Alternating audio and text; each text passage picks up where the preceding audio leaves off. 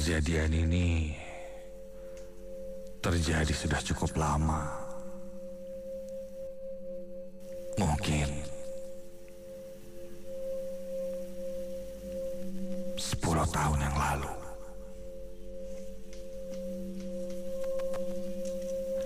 Saat itu, aku ditawari bekerja di sebuah toko kelontong di desaku.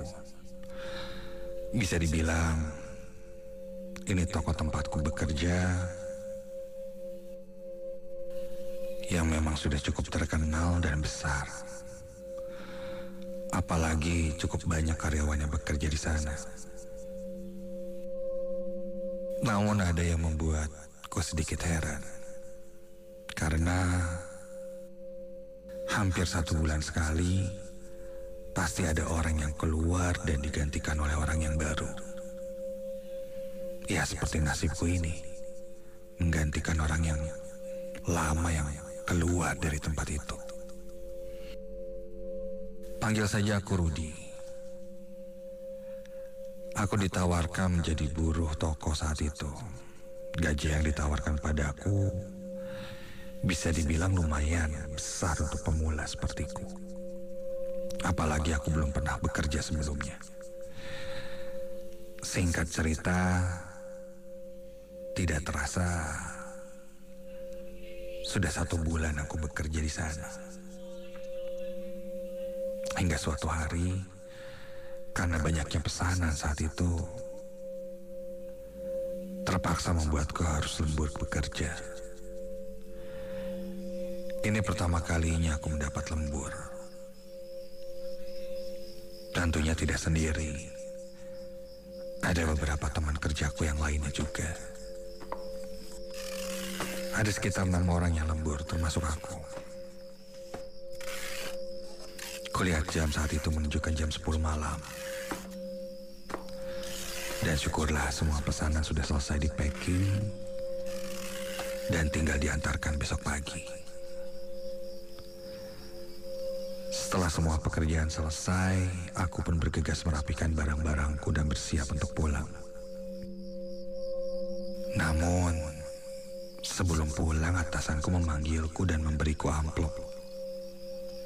Wah, sepertinya sih isinya uang.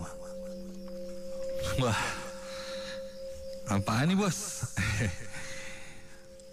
Begitu basa-basiku saat aku diberikan amplop itu. Setauku uang lembur kerja dibayarnya saat gajian. Tapi bosku bilang katanya ini bonus. Karena aku sangat giat dalam bekerja. Wah, seriusan nih bos. Makasih banyak ya bos. Terima kasih. Setelah itu bosku pamit pulang.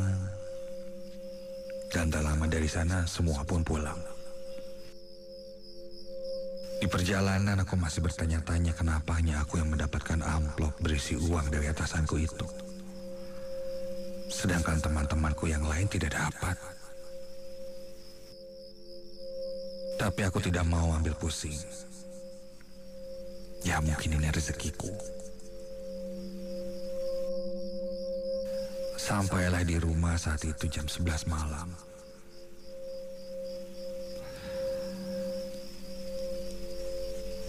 Sampai di rumah, setelah bersih-bersih aku pun bersiap untuk tidur. Tak perlu waktu lama, aku langsung terlelap, tertidur pulas.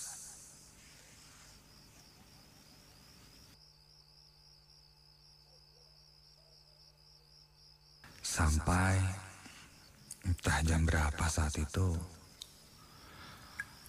aku merasakan ada sesuatu yang menetes ke mukaku.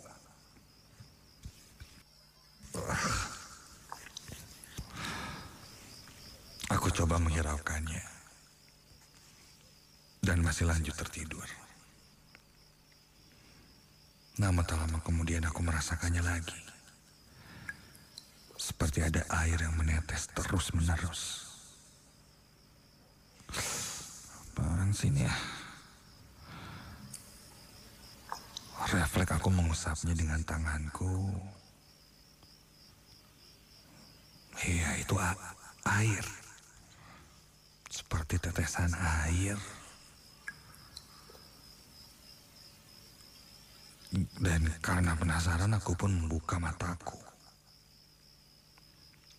Dan astaga. Ketika aku membuka mataku, tepat di atas mukaku, aku melihat sebuah wajah seorang perempuan tua menganga dengan matanya yang membelalak melihat ke arahku.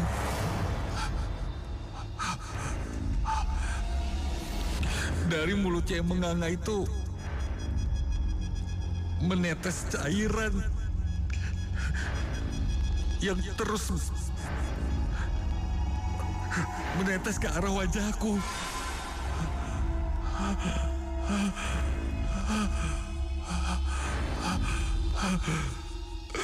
Kontan aku langsung berdiri. Dan ketika aku berdiri,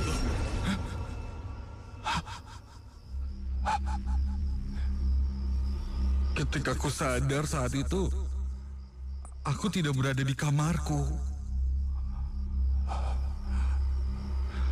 Sosok perempuan tua itu hilang. Dan ketika aku lihat ke sekitar, aku berada di sebuah ruangan yang tidak pernah kulihat sebelumnya. Apakah ini mimpi atau nyata, aku tidak mengerti saat itu.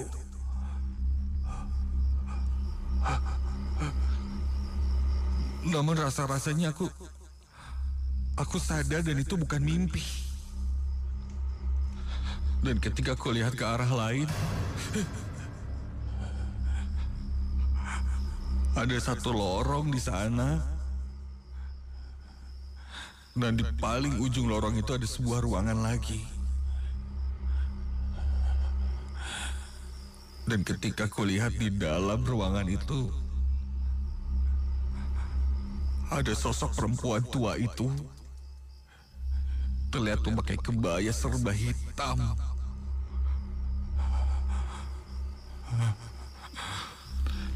Dia sedang duduk bersila dan di depannya nampak sebuah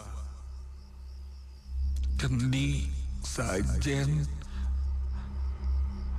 entah apa lagi itu yang pasti ada wangian yang sangat menyengat. Mulutnya komat kamit,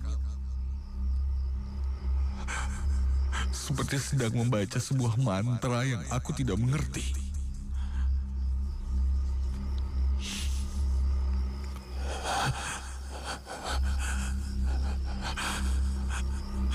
Sosok perempuan tua menakutkan itu pun perlahan-lahan mengangkat kepalanya dan melihat ke arahku.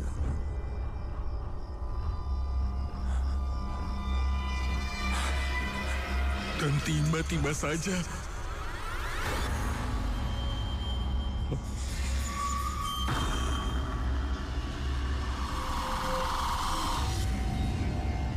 perempuan itu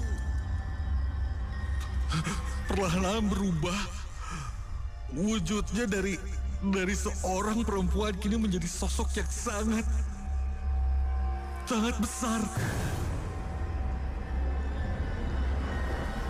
Dipenuhi dengan bulu berwarna hitam dengan mata yang merah. Giginya bertaring sangat panjang. Dan semakin lama semakin besar. Dan sangat menakutkan. Kini terdengar suaranya yang menggema berkata,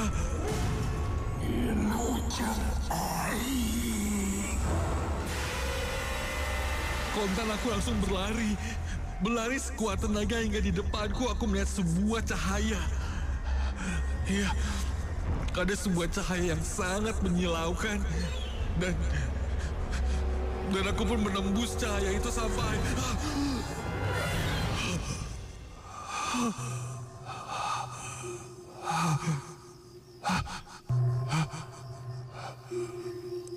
Dan ketika ku tembus cahaya itu, aku kembali lagi di rumah. Melihat di sekelilingku, ada orang-orang sedang mengaji. Ada ibu dan ayahku juga di sampingku. Dan ada seorang ustadz di sana.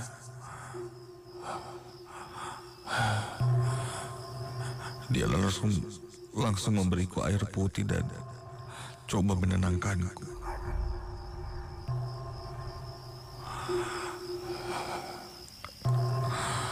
Ibu bilang,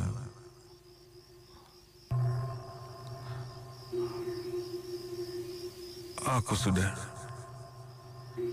tertidur, tidak terbangun.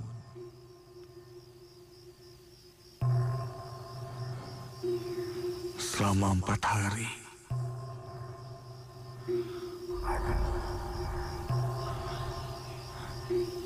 Namun sesekali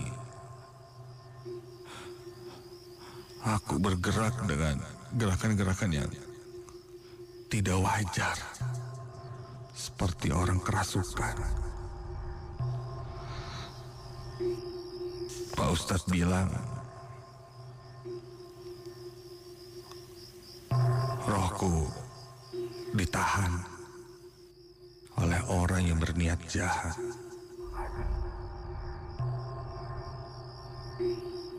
Hingga aku tidak bisa kembali ke dalam ragaku.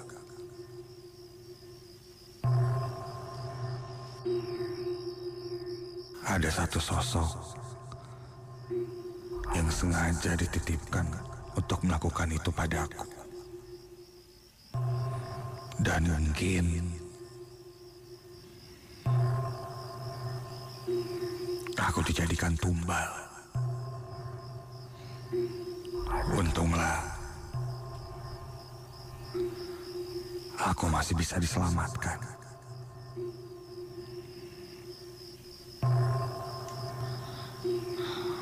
Pada akhirnya aku tidak mau berburuk sangka atau suzon terhadap siapa-siapa. Dan kamu pun yang mendengarkan ini bisa mengambil kesimpulannya sendiri. Tak lama dari sana aku pun memutuskan untuk keluar dari tempat kerjaku. Apakah ini semua yang menjadi alasan kenapa banyak pekerja yang keluar masuk di tempat itu? Walau-walau aku tidak mau, sekali lagi aku tidak mau berburuk sangka. Yang jelas, aku sepertinya tidak perlu lagi bekerja di sana. Dan amplopnya pun kukembalikan lagi, beserta surat pengunduran diriku. Hanya itu yang terpikir olehku saat itu. Entahlah, apa yang menimpa aku ini mungkin bisa menimpa semua orang. Lebih berhati-hatilah.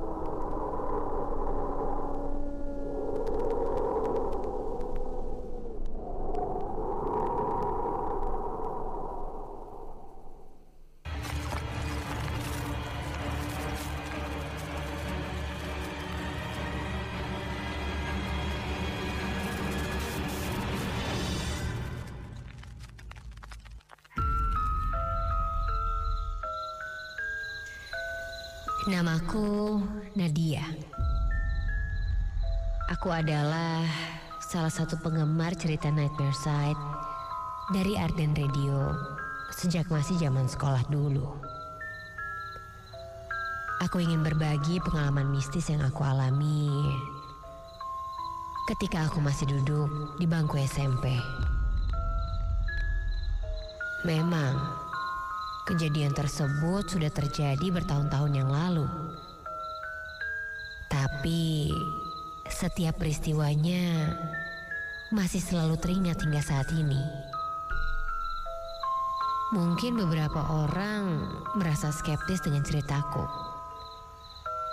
Tapi percayalah, ini benar-benar terjadi dan aku alami sendiri.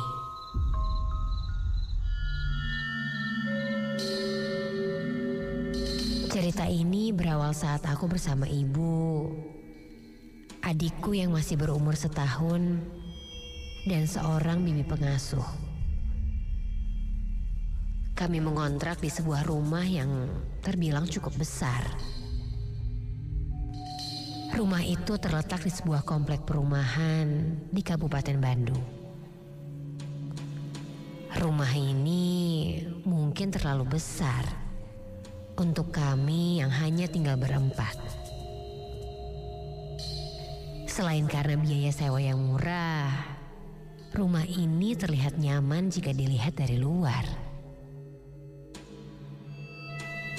Rumah 2 tingkat yang di dalamnya terdapat 4 kamar tidur, 3 kamar mandi, dapur besar, ruang makan, ruang keluarga, dan juga ruang tamu. Hari pertama menempati rumah tersebut, rasanya sih masih normal-normal saja. Pagi itu kami sibuk merapikan barang-barang yang baru kami pindahkan dari rumah yang lama.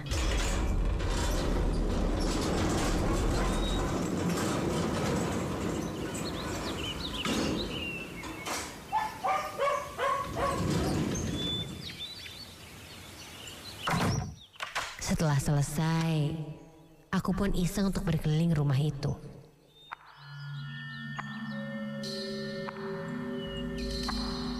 Lalu, aku masuk ke sebuah kamar di lantai 2.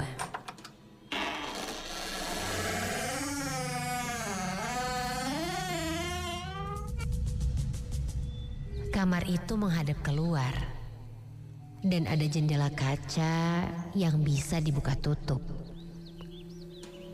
Saat aku masuk, aku sedikit dikagetkan dengan seekor burung yang tiba-tiba saja terbang keluar dari jendela.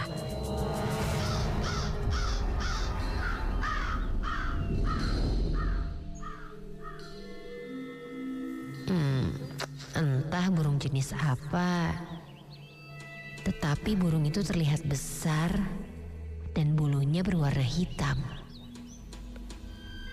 Mungkin saja itu burung nyasar yang masuk ke dalam rumah. Mengingat rumah ini katanya sudah lama tidak ditempati.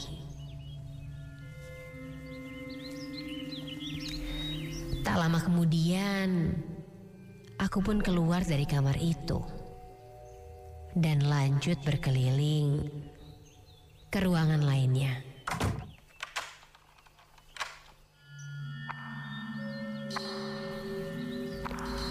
Tidak ada yang aneh. Hanya saja suasana atau hawa di rumah ini sangatlah dingin, hening, dan juga sepi. Mungkin karena perumahan ini terkenal dengan orang-orang yang sangat sibuk di luar rumah.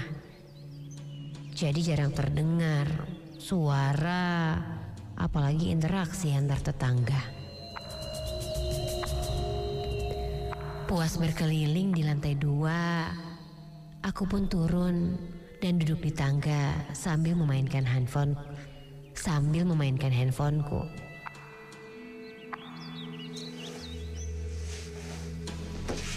Saat melihat handphone, aku melihat siluet seseorang memakai baju merah di belakangku.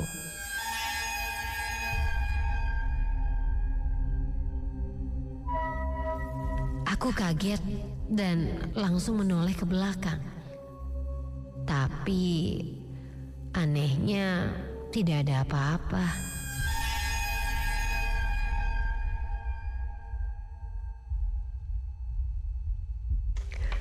Aku sedikit ketakutan lalu berlari ke arah ibu tanpa menceritakannya.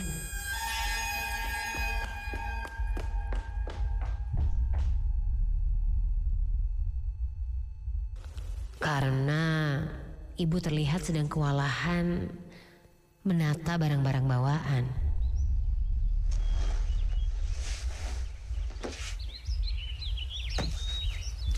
Oh iya, ibuku adalah seorang single parent.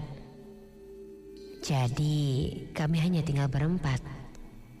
Dan ibu bekerja sebagai seorang bidan di sebuah rumah sakit bersalin. Jadi pasti ibu akan jarang pulang ke rumah saat pasien sedang banyak.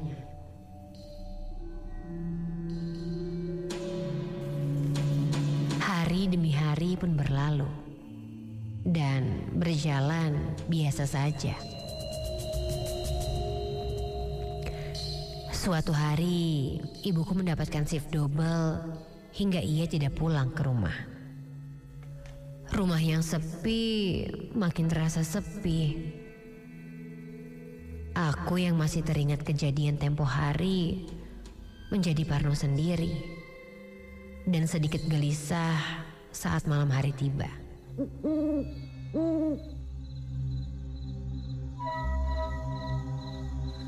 Rasanya ingin pergi dari rumah itu, tapi bingung harus kemana. Lalu aku mengajak Iem dan juga adikku untuk berkeliling keluar komplek dengan alasan ingin jalan-jalan.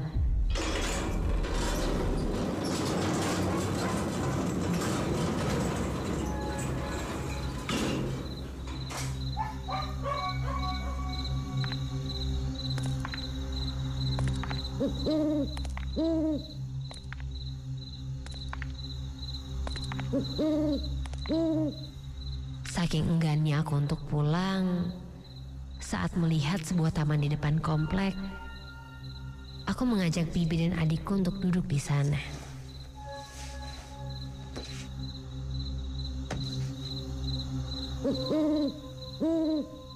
Setidaknya sampai aku merasa mengantuk dan ingin langsung tidur. Bibi pun mengikutiku. Kami duduk sambil mengobrol dan menikmati jajanan yang kami beli di depan komplek. Suasananya sangat ramai. Banyak orang berlalu lalang dan anak-anak sebayaku yang terlihat sedang berkumpul bersama teman-temannya.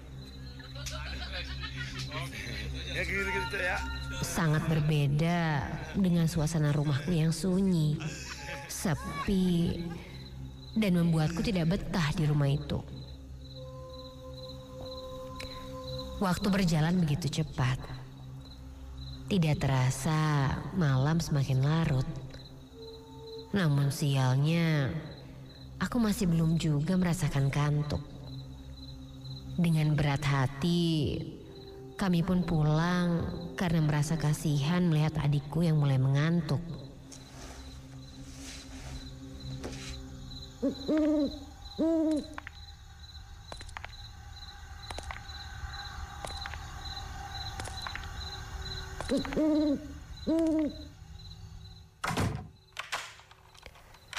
Sesampainya di rumah, tiba-tiba saja adikku rewel.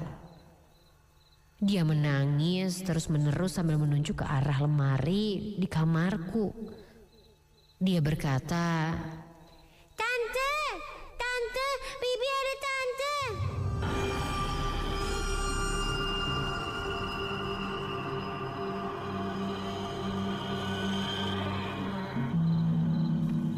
Iem melihat keheranan sambil terus berusaha menenangkan adikku. Aku hanya bisa diam saja dan bertanya-tanya di dalam hati. Tante siapa? Kami pun segera memutuskan untuk tidur saja.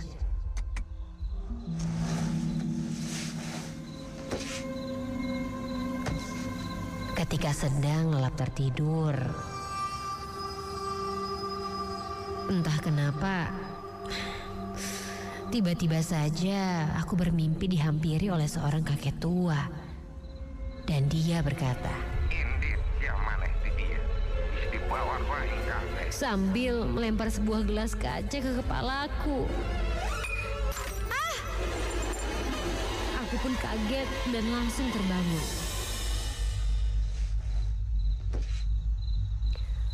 Kulihat jam menunjukkan pukul 2 malam. Suasana sudah sangat gelap sekali. Aku pun melanjutkan tidur kembali.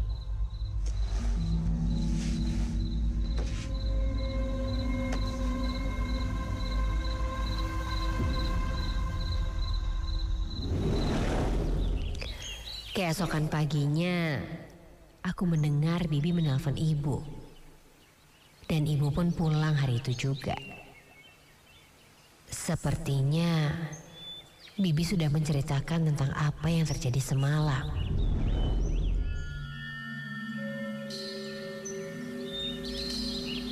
Ibu pun pulang bersama omku, Om Ivan, yang nantinya akan tinggal bersama kami untuk menjaga rumah jika ibu tidak bisa pulang. Ibu pun mencoba menenangkanku agar aku tidak parno. Dan tak lama dari itu, ibu pun segera pergi lagi bertugas.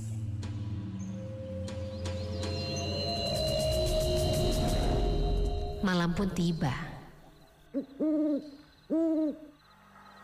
Aku berkumpul di depan TV. Aku sedikit tenang sekarang karena sudah ada Om Ivan di sini. Setidaknya ada sosok laki-laki di rumah ini sekarang. Sampai ada yang menelpon Om Ivan.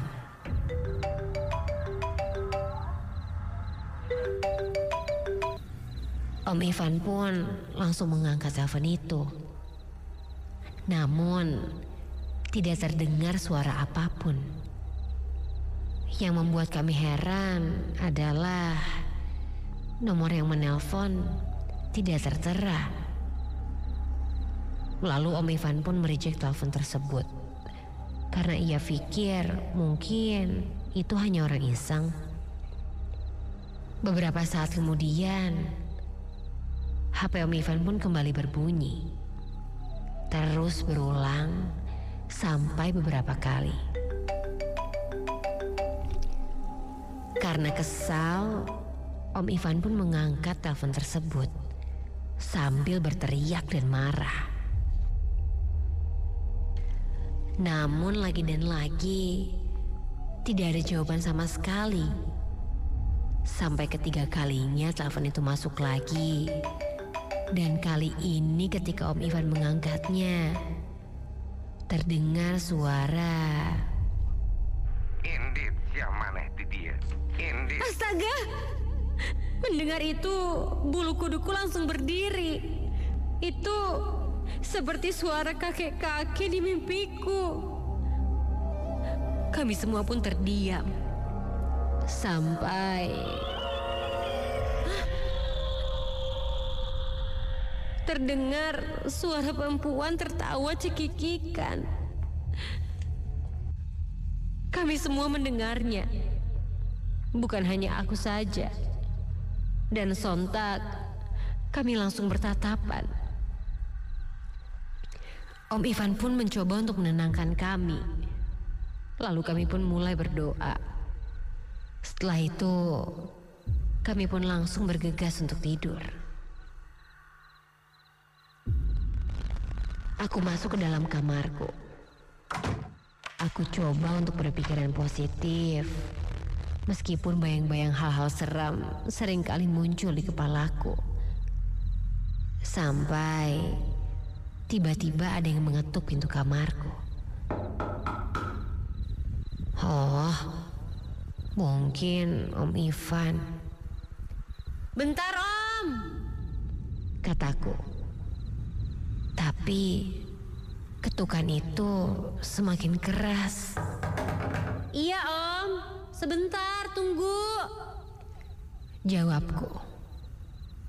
Sampai ketukan itu menghilang. Dan terdengar suara ketawa seorang perempuan.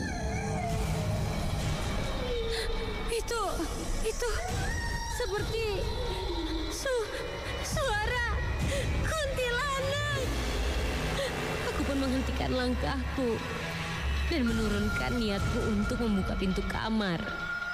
Aku langsung membalikkan badanku untuk kembali ke tempat tidur. Astaga! Aku kaget setengah mati ketika di depanku aku melihat sesosok makhluk yang sedang jongkok di dekat tempat tidurku. Sosok itu berjongkok membelakangiku. Rambutnya berantakan dan panjang. Dan dengan sangat tiba-tiba, astaga! Dia membalikkan badannya. Dan kali ini terlihat wajahnya yang terkena luka sayatan dengan mata yang sangat menakutkan serta mengeluarkan darah, dengan mulut yang menganga dan lidah menjulur. Aku berteriak sekeras mungkin. Dan tiba-tiba Om Ivan dan Bi Iem pun datang. Aku langsung dibopong mereka ke ruang tengah. Terlihat mereka khawatir sekali dengan kondisiku. Esok harinya aku terbangun dan aku merasa kejadian tadi malam hanyalah sebuah mimpi buruk. Dan aku pun berusaha untuk melupakannya. Ibuku pun langsung memanggil orang pintar atas semua kejadian yang kami alami di sini. Dan katanya kejadian yang kami alami itu adalah sebuah bentuk penolakan. Penolakan dari penunggu rumah itu yang memang banyak penghuninya. Mereka tidak nyaman atas kedatangan kami. Mendengar hal itu, aku sudah cukup jelas. Aku sudah cukup lemas dan tidak bisa berkata-kata.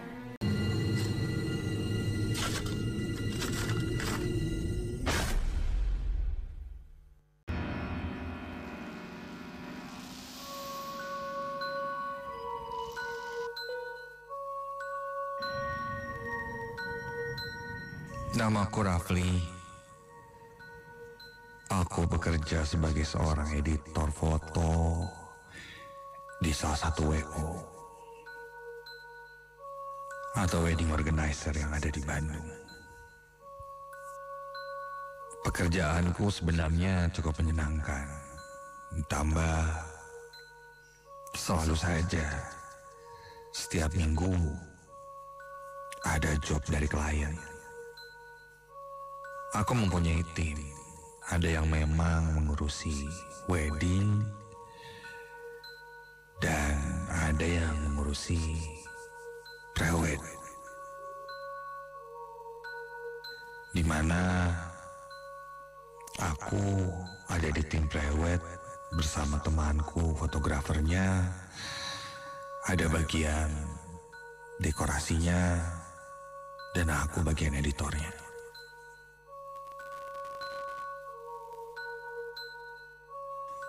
Saat itu kami mendapat seorang klien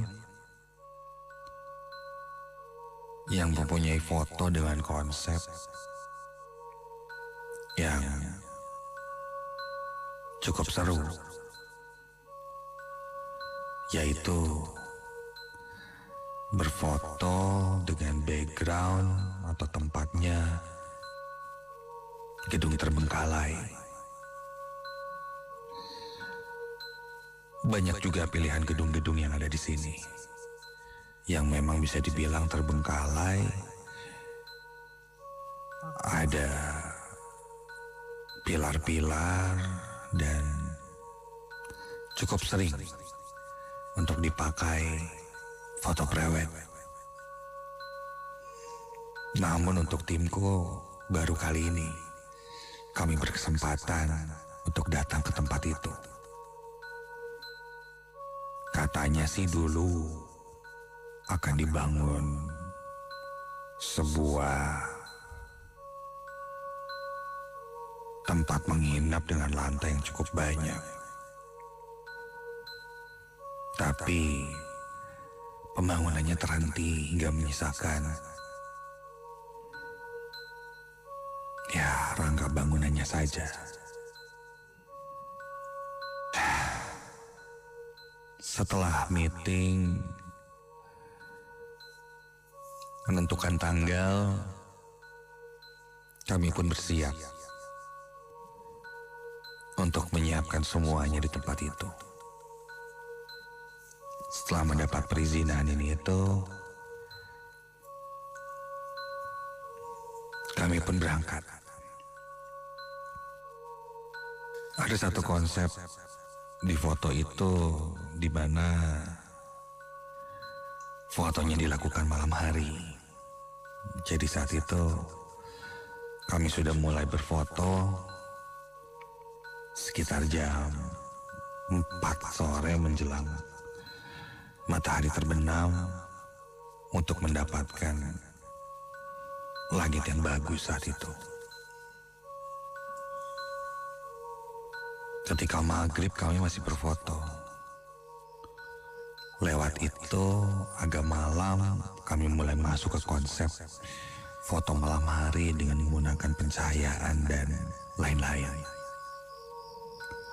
Saat itu timku sibuk foto, dekor, sedang aku hanya ikut saja karena tugasku kan nanti. Setelah selesai difoto, baru aku edit. Setelah maghrib itu, kami memakai satu lantai yang bisa dibilang jika sudah malam hari, nuansanya sangat cocok untuk konsep ini. Aku duduk di salah satu tempat yang tidak jauh dari tempat berfoto.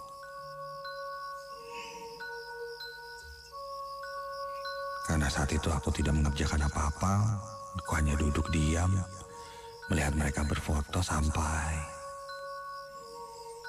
di lorong yang lain dari tempat kami berfoto.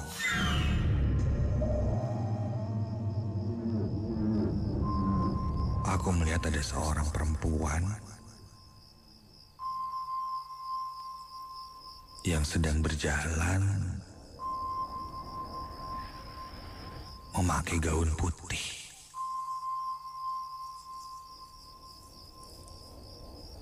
Saat itu dia lewat di antara lorong dan masuk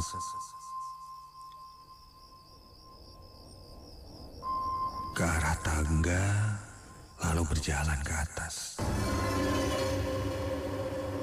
Wah, sepertinya ada juga yang sedang berfoto. Mungkin di lantai di atasku. Konsep prewedding seperti ini memang cukup digemari sebenarnya.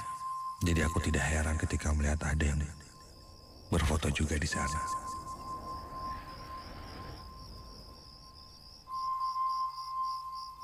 Setelah itu temanku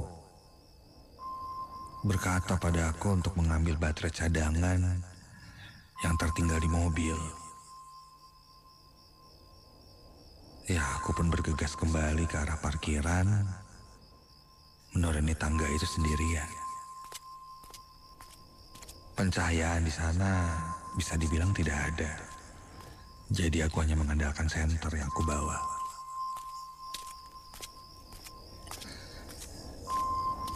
Setelah menuruni tangga, Aku sampai di parkiran, membawa perlengkapan, baterai, dan lain-lain, dan kembali ke atas. Dari lantai bawah bisa kulihat lantai di mana teman-temanku sedang berfoto. Terlihat cahaya di sana. Dan ketika aku tengok ke lantai atasnya lagi, aku melihatnya lagi. Perempuan dengan gaun atau dress putih yang panjang. Rambutnya terlihat diurai, namun dia hanya berdiri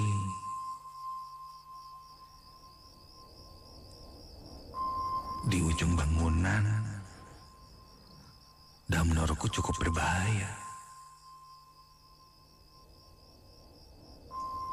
Konsepnya gimana ya? Mana cowoknya?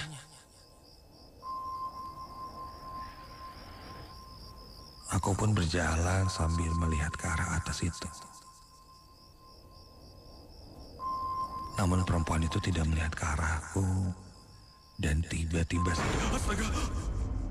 Tiba-tiba saja perempuan bergaun putih itu loncat.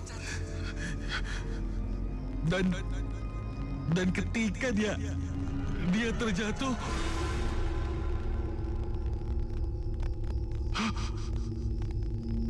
tiba-tiba saja perempuan itu menghilang.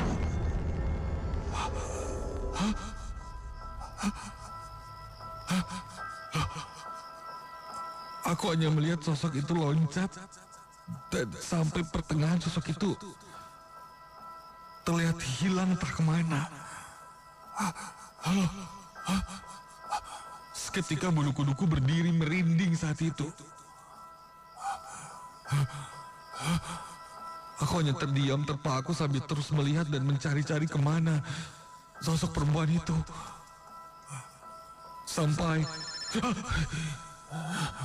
aku dikagetkan dengan dering teleponku. Itu temanku. Iya, halo. Iya, bentar. Ini lagi ke atas. Iya. Jantungku berdegup sangat kencang saat itu dan aku pun buru-buru lari ke atas berkumpul dengan temanku. Setelah memberikan baterainya, temanku terlihat kebingungan melihatku yang panik dan wajahku pucat katanya. Nah, ketika ditanya kenapa, aku bilang tidak apa-apa. Mungkin aku hanya tidak enak badan. Singkat cerita, sekitar jam 7:30 malam kami pun selesai membereskan satu persatu dan mulai turun kembali ke bawah.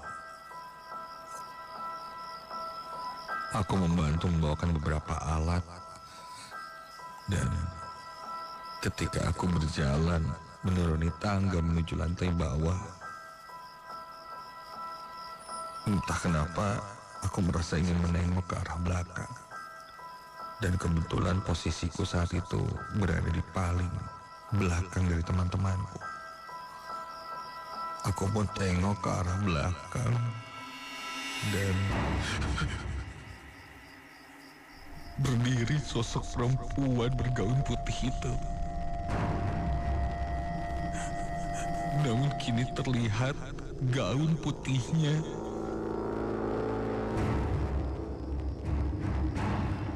perlahan memerah, seperti terkena cairan berwarna merah hingga membuat gaun putihnya itu kini berwarna merah. Aku hanya melihatnya beberapa detik saja dan aku langsung membuang mukaku dan menyusul teman-temanku.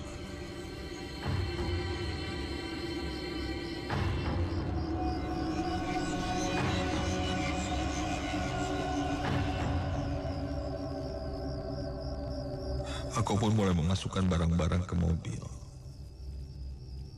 Saat itu kami membawa beberapa mobil. Ada yang berisi perlengkapan, ada yang berisi tim saat itu, dan kebetulan aku berada di mobil yang berisi hanya perlengkapan saja. Dan aku menyetir sendirian saat itu. Setelah berpamitan semuanya, kami pun pulang.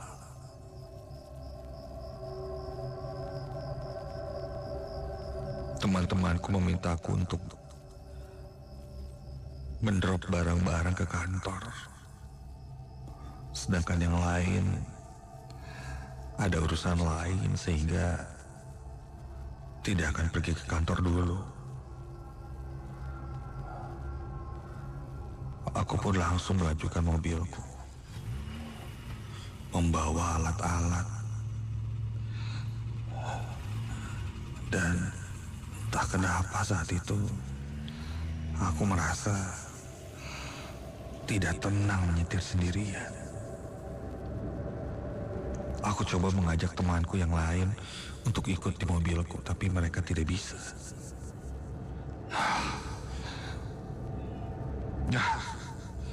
Aku pun beranikan diri untuk mengendarai mobil itu.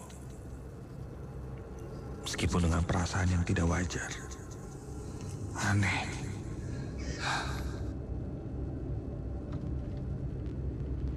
Sampai di satu perempatan, mobilku berhenti terkena lampu merah. Dan saat itu kebetulan tidak ada mobil lain yang berhenti. Hanya mobilku saja. Ketika berhenti, aku malah semakin tidak tenang. Tidak enak hati, seperti akan terjadi sesuatu padaku. Dan benar saja, ketika ku tengok ke arah spion tengah, aku melihat ada seseorang yang sedang duduk dan memakai gaun putih dengan rambut yang panjang hitam menjulang menutupi wajahnya.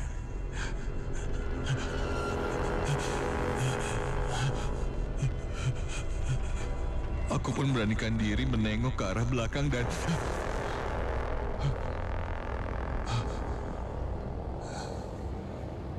ternyata itu hanya kain dekorasi.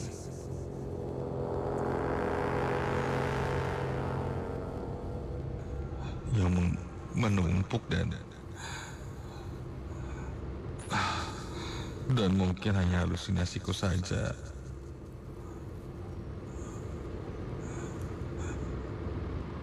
Hingga kain saja kulihat berbentuk seperti seorang perempuan.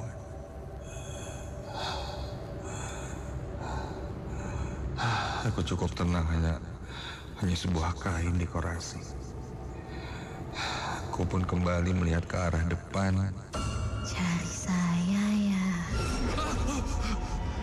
Tiba-tiba saja duduk di sampingku sosok perempuan dengan wajah yang hancur, penuh dengan darah sehingga darahnya mengucur ke bajunya yang berwarna putih. Dia tersenyum menyeringai.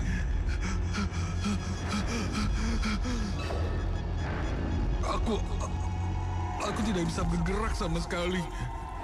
Sampai terdengar suara klakson di belakangku, dan ketika itu lampu sudah hijau.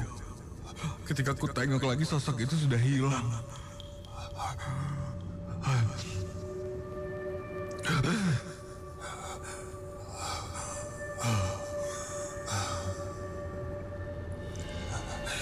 Saat itu aku berinisiatif untuk kembali ke gedung itu. Aku putar balik mobilku dan kembali ke gedung itu untuk bertemu para penjaga yang ada di sana. Penjaga itu membukakan gerbang dan bilang Apa ada barang yang ketinggalan? Aku bilang tidak ada.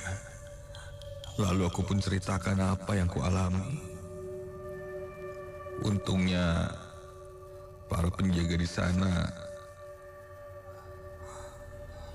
bisa membersihkan hal-hal yang seperti itu. Aku pun dibersihkan, dan dia bilang memang ada satu sosok perempuan yang ada atau menunggu di sana. Dan aku diikuti oleh perempuan itu. Setelah dibersihkan, aku pun cukup tenang. Dan untungnya, selama perjalanan aku tidak merasakan hal yang aneh lagi. Mungkin sebuah patah mengatakan jangan melamun di tempat yang sepi. Itu benar adanya. Dan ketika itu, aku mungkin sedang melamun. Pikiran kosong sehingga sosok itu hadir dan menampakkan dirinya padaku.